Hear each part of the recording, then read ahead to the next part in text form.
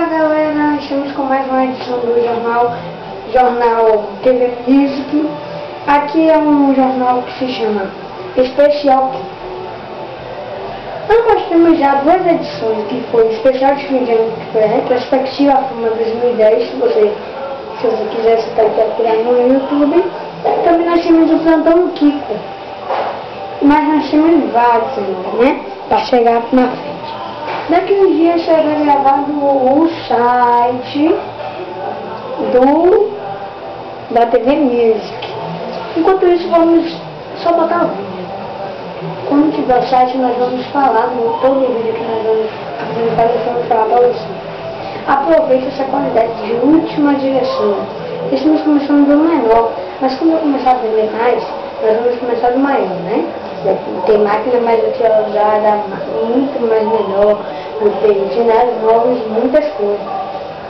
Hoje nós vamos aqui aprender uma coisa, que as melhores músicas dos tempos que está agora, música eletrônica. Mas também nós temos aquela música de Luan Santana, Adrenalina, né? Adrenalina do C1. Eu gosto mais da sanfona eletrônica, da música de Destination Calabria. Também gosto muito das músicas de Black Eyed Peas, minha banda favorita. Gosto também da música Hot Cold de Katy Perry. Mas músicas nacionais eu gosto de Velha Infância, de Tribalistas. Gosto de... Deixa eu ver aqui. Gosto também daquela de Santana, Meteoro da Paixão, né? Então, essas músicas são muito boas que mexem com a nossa cabeça. Por isso que eu queria a TV Music, para você ficar dentro das músicas nacionais e internacionais, músicas de vários tipos de rádios.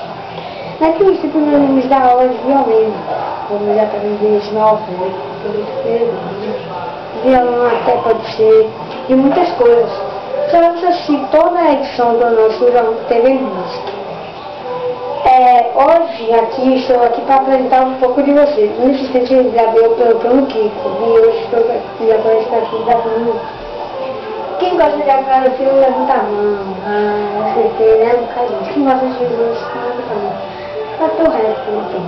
Era filme de Black Eyed Peas. Hoje os vencedores da música do dia foi Shakira com Hips Don't Lie, e música nacional foi Adrenalina de Luan Santana.